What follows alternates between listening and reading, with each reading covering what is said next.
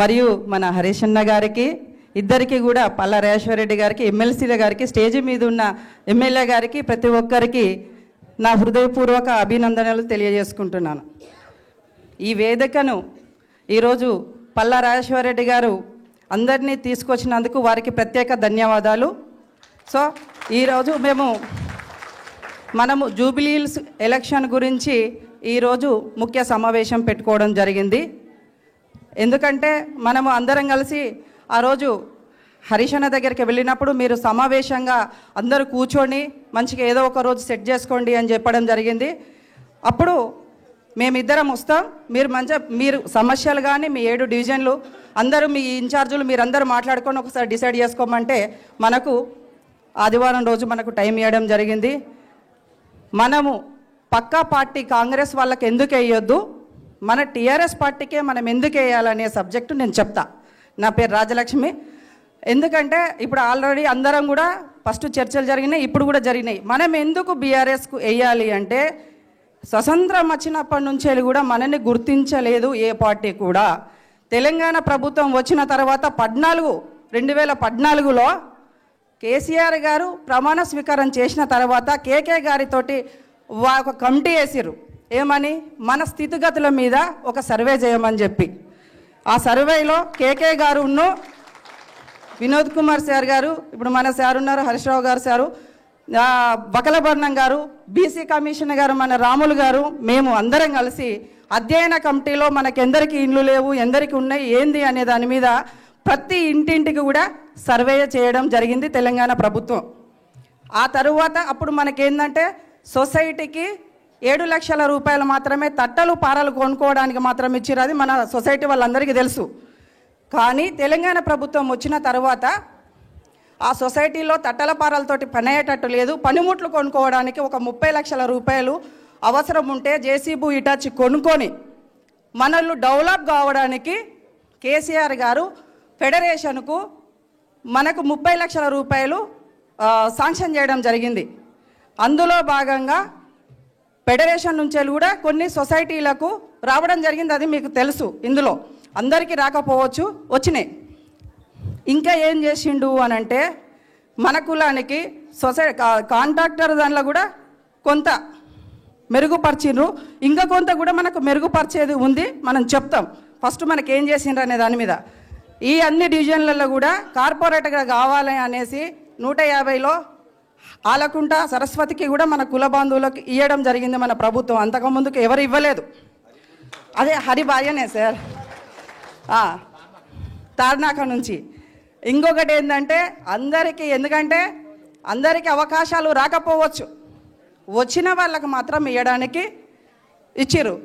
ఆ తర్వాత నేను కూడా గల్లీలో ఉన్న నన్ను కూడా అంతో ఇంతో ఫెడరేషన్ డైరెక్టర్గా ఢిల్లీలో కూడా నామినేషన్ వేయించిన ఘనత మన కేసీఆర్ గారిది, మన టీఆర్ఎస్ ప్రభుత్వాన్ని. 1000 వచ్చిన తర్వాత కూడా మన హరీష్ రావు గారు, మన హరీష్ అన్న, మన అందరు ఆత్మీయులు మాకు కూడా సన్మానం చేయడం జరిగింది మన ఒడ్డేరు ఆడబిడ్డకు. సో ఎందుకంటే అవకాశం ఉన్న ప్రతి ఒక్కరికి కూడా మన తెలంగాణ ప్రభుత్వం ఇస్తుంది. ఆ తర్వాత కూడా ఇప్పుడు సెకండ్ టర్మ్లో కూడా సర్వేలో ఈ 30 లక్షలు సరిపోతలేవు సార్. అప్పుడు జోగురామన్న ఉన్నప్పుడు మేము పెట్టినవి 30 లక్షలు. తరువాత బీసీ మంత్రిగా గంగుల కమలాకర్ గారు వచ్చిన తర్వాత కూడా 50 లక్షలు అయితే బాగుంటుంది. ఈ సొసైటీలలో కూడా మాకు పెంచుకోవాలి, ఈ మనకు గ్రానైట్లలో కూడా రావాలి, గ్రానైట్లలో కూడా 50% కావాలి, ఇంకా 26 జీవో తీసేసి మాకు కొంచెం 30% రిజర్వేషన్ కూడా సొసైటీలలో కావాలి అని చెప్పి చెప్పడం జరిగింది. దాన్ని అమలు చేసే క్రమంలో మన ప్రభుత్వం రాలేకపోయింది. అందుకనేసి ఇంకేమున్నాయంటే మన డిమాండ్స్ వాస్తవంగా వారి దృష్టిలో ఉన్నాయి. మనకు 50%, తర్వాత కాంట్రాక్టర్లో ఇప్పుడు రాసి చేసిన కాంట్రాక్టర్లో కూడా మనకు రిజర్వేషన్, ఈఎండీలు కూడా 1 కోటి రూపాయల వరకు 50 లక్షలు ఉండే కదా, 1 కోటి రూపాయల వరకు కూడా మనకి ఈఎండీ లేకుండా మన ప్రభుత్వం వచ్చిన తర్వాత మీకు ఇద్దరికి విన్నవించుకున్నాం. మన ప్రభుత్వం వచ్చిన తర్వాత క్వారీలలో రిజర్వేషన్, మైనింగ్లో మన ఇసుక ఇంకొకటి సార్, మా పిల్లలకు హాస్టళ్లలో ఎంట్రన్స్ ఎగ్జామ్ లేకుండా నేరుగా మాకు స్కూళ్ళల్లో పిల్లలకి. సెకండ్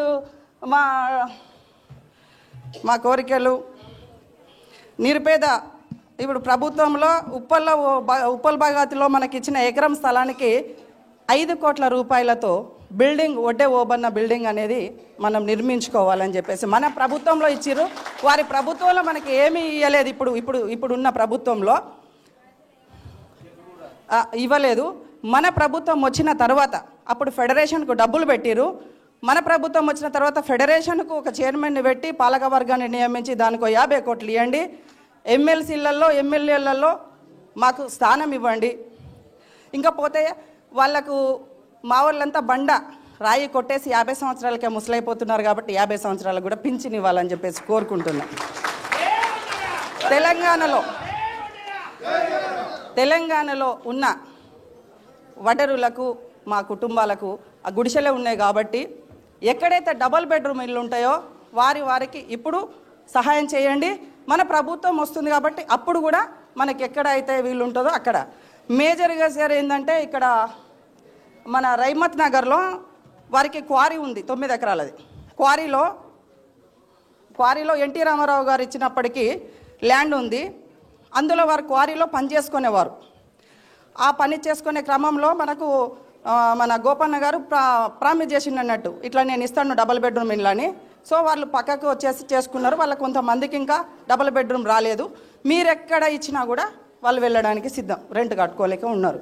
అందులో ఒకటి కమిటాలు కావాలని చెప్పేసి వారి కోరిక. ఎర్రగడ్డలో 2 ఎకరాల ల్యాండ్ ఉంది. డబుల్ బెడ్రూమ్లకు గోపన్న ముగ్గు పోసిండు. తర్వాత వాళ్ళు సర్గాస్తులు అయ్యారు. ఇప్పుడు వారికి ఏమన్నా ఉంటే ఎర్రగడ్డలో డబుల్ బెడ్రూమ్ ఇల్లు ఇప్పియాలి కానీ కోరుతున్నాం. సెకండ్, మా కులాస్తులకు అందరికీ ఏమని చెప్తున్నా అంటే, గుడి కట్టినా బడి కట్టినా మనం ఫౌండేషన్ రాయి లాంటి వాళ్ళం. మన ఒక్కొక్క ఓటుని ఈరోజు మనం కేసీఆర్ గారి రుణం తీర్చుకోవాలంటే అధిక మెజార్టీతోటి గెలిపించి సునీతమ్మ గారిని వారికి గిఫ్ట్గా ఇవ్వాలి. మనం వెల్వేషల్ కాదు, ఫౌండేషన్. మనం గుడి కట్టినా బడి కట్టినా బిర్లా టెంపుల్ కట్టినా అక్కడ రామ మందిరంలో కట్టినప్పటికీ కూడా మనని గుర్తిస్తారు. గుర్తించలేరని కాదు, కనబడకుండా మనం బరువులు మోసే రకం. సో ఆ బరువుకు సంబంధించి అయినా కూడా వాళ్ళు బాధ్యత తీసుకొని మనకు రాజకీయ రంగంలో అవకాశం ఇవ్వడానికి వారు సిద్ధంగా ఉన్నారు. వారికి కూడా మనం విన్నవించుకుంటున్నాం. ఇంకొకటి, ఎప్పుడు కూడా మనకు పిలుస్తలేరు అనేది కాదు. మనం నెట్టుకొని పోయి ముందుకొచ్చి పార్టీకి పనిచేసిన వాళ్ళు మాత్రమే బలంగా ఉండగలుగుతారు. ఎట్లా అంటే వెన్ను చూపించి ఓబన్న వారసులో మనం, సూర్యునికి వెన్ను చూపించి బండ కొట్టే రకం మనం మాట్లాడితే పర్ఫెక్ట్ ఉంటుంది. ఏకంగా ఒకటే మాట మీద ఉంటామా ఉండమా? జై తెలంగాణ, జై వడ్డెర. ఒక నిమిషం సార్. అందుకనేసి ఇప్పుడు మనము వాళ్ళని గడప గడపకు తిరిగే బాధ్యత మనకుంది. మనం ఓట్లేస్తూ పక్క వాళ్ళతో కూడా ఓట్లేయించి అధిక మెజార్టీతో గెలిపించాలని చెప్పేసి కోరుకుంటూ ఈ అవకాశం ఇచ్చిన మీ అందరికీ కూడా